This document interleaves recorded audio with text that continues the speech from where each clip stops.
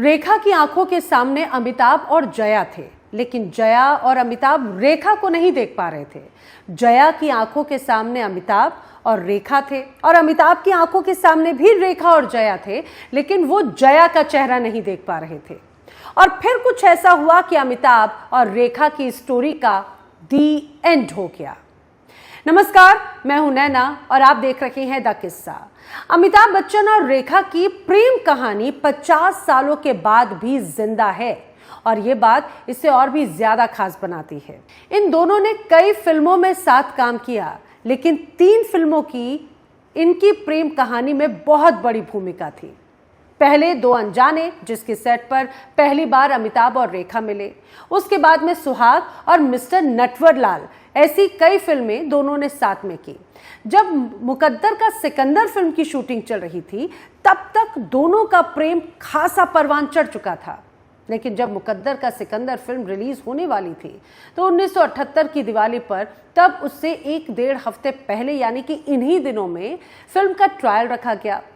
इसके आगे की अब दास्तां मुझसे सुन के तेरी नजर डब। अमिताभ पूरे परिवार के साथ में ट्रायल पर पहुंचे। अमिताभ दूसरी कतार में अपने पिताजी और माताजी के साथ बैठे थे, जबकि जया बच्चन पहली कतार में बैठी हुई थी और रेखा थी प्रोजेक्शन रूम में।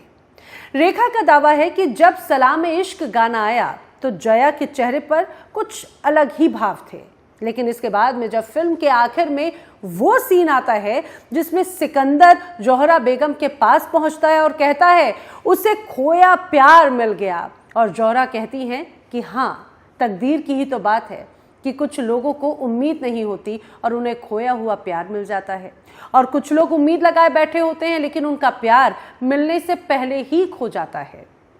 बस इस सीन को देखते ही जया की आंखों से आंसुओं का सैलाब बह उठा।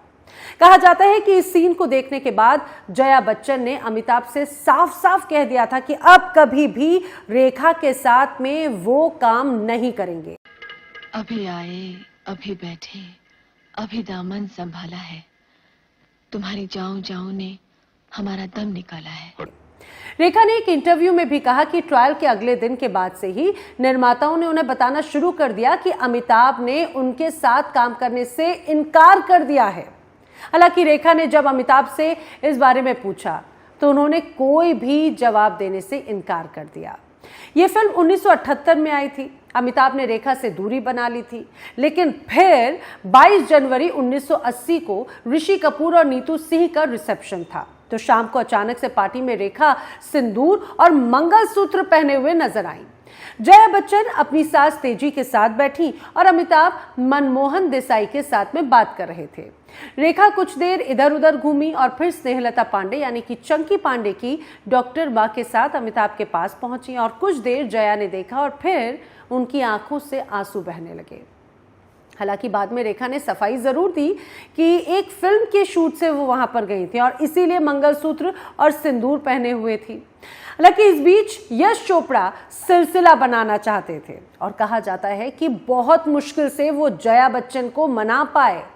दरअसल वो ये कहना चाहिए कि जया ने जब क्लाइमेक्स सुना तो वो फिल्म करने के लिए राजी हुई। ये फिल्म एक्स्ट्रा मैरिटल अफेयर पर ही केंद्रित थी और अमिताभ, जया और रेखा की कहानी खासी चर्चित तो पहले से ही थी। पहले जया फिल्म नहीं करना चाहती थी, कहानी तक नहीं सुनना चाहती थी, लेकिन फिर उन्होंने कहानी सुनी और जब क्लाइमेक्स सुना तब जाकर उन्होंने फिल्म के लिए हाँ कही। इसमें जया बच्चन हॉस्पिटल में है और अमिताभ लौटते हैं, तो वो भी सभी स्टाफ से बाहर जाने को कहते हैं और फिर वो जया से कहते हैं कि शोभा, मैं तुम्हारे पास आ चुका हूं हमेशा के लिए।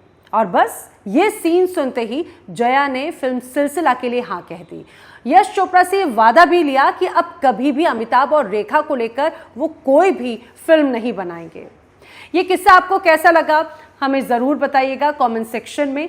अगर वीडियो पसंद आया हो तो लाइक करें, शेयर करें और अगर आपने अभी तक द किस्सा चैनल सब्सक्राइब नहीं किया है तो जल्दी से कर लें।